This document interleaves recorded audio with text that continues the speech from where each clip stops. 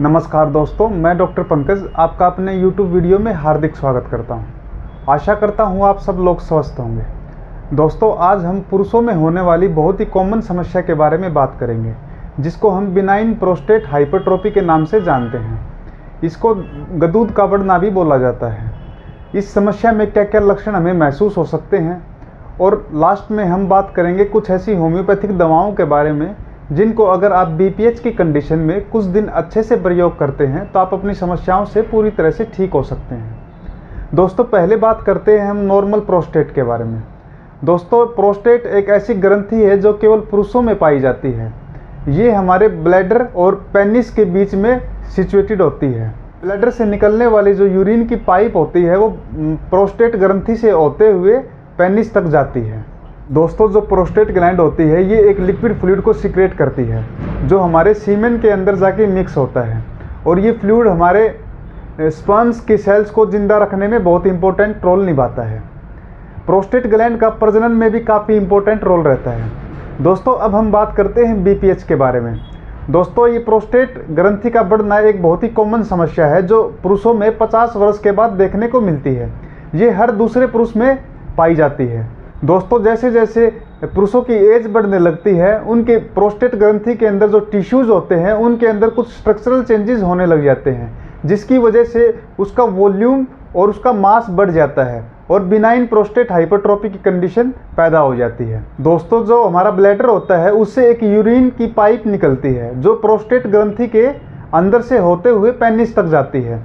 जब ये कंडीशन पैदा होती है तो उसके कारण उस पाइप के ऊपर जो हमारी प्रोस्टेट ग्रंथि से गुजर रही है उसके ऊपर कंप्रेशन और प्रेशर पड़ता है, जिसके कारण हमारा यूरिन का फ्लो डिस्टर्ब हो जाता है और कुछ लक्षण पेशेंट को महसूस होते हैं।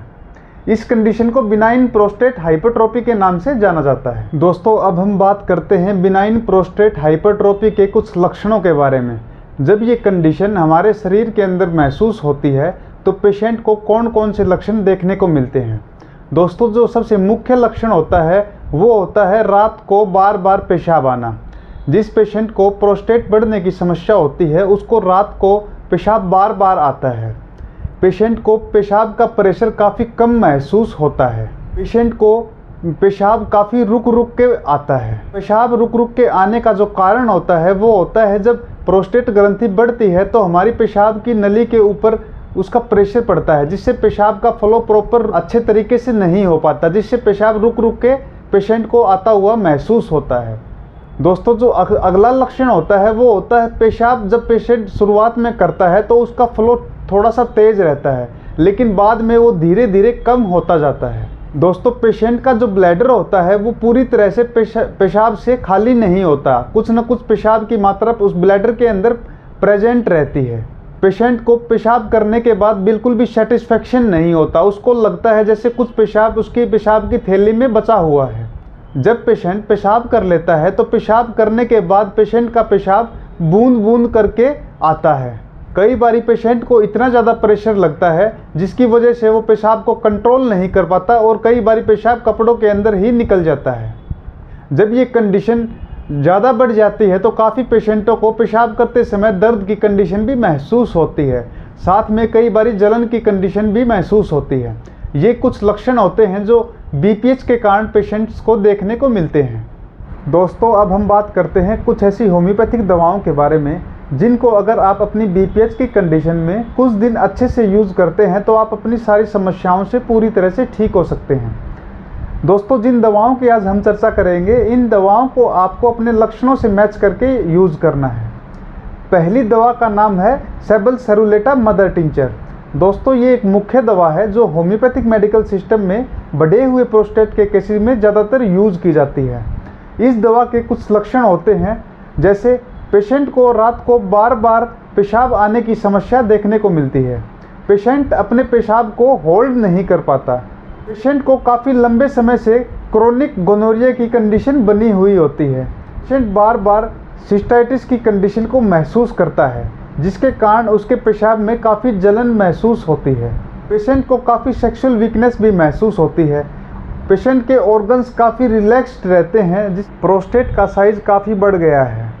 दोस्तों, अगर आपको ये लक्षण महसूस होते हैं तो आप इस दवा को यूज़ कर सकते हैं। इस दवा को आपको मदर टिंचर फॉर्म में लेना है और इसकी 10 से 12 बूंदें आधे कप पानी में सुबह डालनी है, दोपहर को डालनी है और शाम को डालनी है।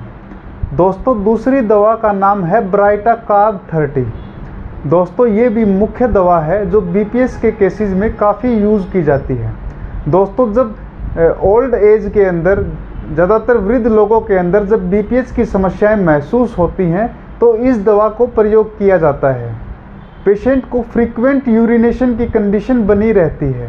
पेशेंट को यूरेथ्रा के अंदर कंटिन्यूस जलन की समस्याएं बनी रहती है।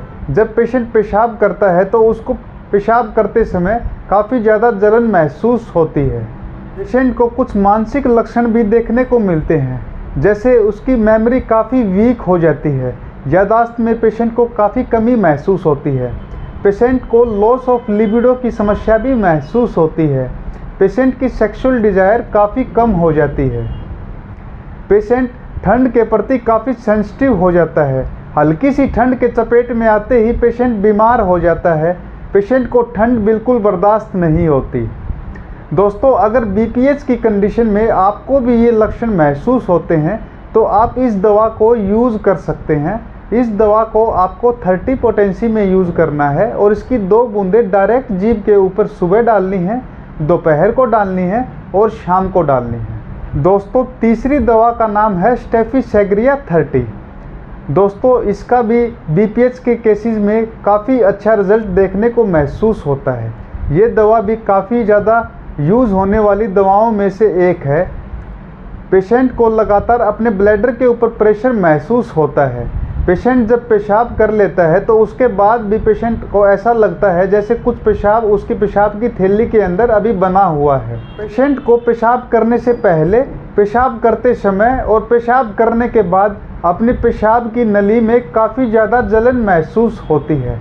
पेशेंट काफ़ी इरिटेबल हो जाता है। पेशेंट को छोटी छोटी बातों पे काफ़ी वॉयलेंट एंगर महसूस होता है।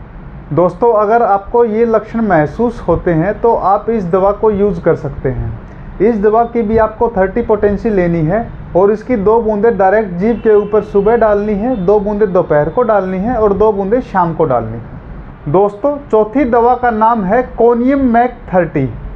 दोस्तों, ये ग्लैंड्स के ऊपर काफ़ी अच्छा प्रभाव दिखाती है। ये दवा भी काफ़ी ज़्यादा केसेस में यूज़ की जाती है जब पेशेंट बीपीएच की समस्याएं महसूस करता है। पेशेंट को अगर बीपीएच की समस्या किसी इंजरी के बाद महसूस हुई है, जिसके कारण उसकी प्रोस्टेट ग्रंथि के अंदर इन्फ्लामेशन, इंड्यूरेशन और स्टोनी हार्डनेस पेशेंट को महसूस होती है, तो इस दवा को यूज़ कर सकते हैं। पेशेंट को फ्रीक्वेंट यूरिनेशन आता है।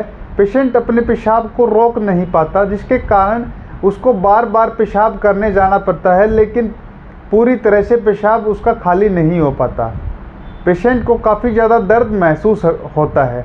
अगर ये लक्षण आपको महसूस होते हैं तो आप इस दवा को 30 पोटेंसी में यूज़ कर सकते हैं। इसकी 2 बूंदें डायरेक्ट जीभ के ऊपर सुबह, दोपहर को और शाम को ले सकते हैं। दोस्तों, अगली दवा का नाम है थूजा 30। दोस्तों, ये भी बीपीएच के केसेस में यूज़ होने वाली मुख्य दवाओं में से एक दवा है। ये ओवरग्रोथ के केसेस में यूज़ होने वाली मुख्य दवा है। दोस्तों, बीपीएच के केसेस में पेशेंट को यूरिन की फ्रीक्वेंसी काफ़ी तेज़ हो जाती है। पेशेंट को पेशाब की अर्जिंग काफ़ी ज़्यादा बढ़ जाती है। पेशेंट को पेशाब करते समय काफ़ी ज़्यादा पेन होता है। साथ में जलन की सेंसेशन भी पेशेंट को महसूस होती है। पेशेंट के जो पेशाब की धार होती है वो काफ़ी कमज़ोर हो जाती है, काफ़ी छोटी हो जाती है। जब पेशेंट पेशाब करता है उसकी धार एक जगह पे ज़मीन पे नहीं गिरती। पेशेंट को पेशाब करने के बाद काफ़ी कटिंग पेन महसूस होता है। पेशेंट को पेशाब करने की डिज़ायर एकदम से उठती है। पेशेंट अपने पेशाब के प्रेशर को कंट्रोल नहीं कर पाता। अगर पेशेंट के अंदर लंबे समय से गोनोरिया की हिस्ट्री चल रही है तो उन केसेस में भी इस दवा को हम बीपीएच के केसेस के साथ यूज़ कर सकते हैं। पेशेंट काफ़ी इमोशनल होता है। म्यूज़िक सुनते ही पेशेंट को रोना आ जाता है। मेंटली पेशेंट के जो आइडियाज़ होते हैं वो काफ़ी फिक्स होते हैं किसी भी चीज़ को लेके। पेशेंट की समस्याएं ड्राई मौसम में काफ़ी ठीक रहती हैं और जैसे ही ह्यूमिडिटी और डैम्प वेदर में पेशेंट जाता है तो उसकी समस्याएं एकदम से काफ़ी ज़्यादा बढ़ जाती हैं। दोस्तों अगर ये लक्षण आपको अपनी समस्याओं में लगते हैं तो आप इस दवा को यूज़ कर सकते हैं। इस दवा को आपको 30 पोटेंसी में लेना है और इसकी 2 बूंदें डायरेक्ट जीभ के ऊपर सुबह डालनी है, दोपहर को डालनी है और शाम को डालनी है। दोस्तों जो दवाएं मैंने आपको बताई हैं, इन दवाओं को आपको अपने लक्षणों के आधार पर यूज़ करना है। अगर आप इनको अपने लक्षणों के आधार पर यूज़ करते हैं तो जल्द से जल्द आप अपनी सारी समस्याओं से ठीक हो सकते हैं। दोस्तों अब बात करते हैं इन दवाओं को आपको कितने दिन यूज़ करना है।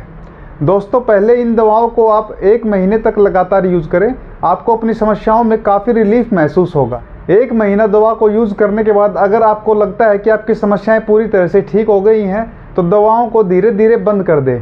अगर आपको लगता है कि आपकी समस्याएं अभी थोड़ी सी बची हैं तो इन दवाओं को कुछ महीने लगातार यूज़ करें, आपकी सारी समस्याएं काफ़ी जल्दी ठीक हो जाएंगी। दोस्तों आशा करता हूँ ये वीडियो आपके लिए काफ़ी इन्फॉर्मेटिव और बेनिफिशियल साबित होगा। दोस्तों अगर आपको वीडियो अच्छा लगा हो तो वीडियो को लाइक करना बिल्कुल न भूलें। अगर आप मेरे चैनल पर नए हैं तो चैनल को सब्सक्राइब ज़रूर करें ताकि आने वाली और इन्फॉर्मेटिव वीडियोज़ आपको मिल सकें। धन्यवाद।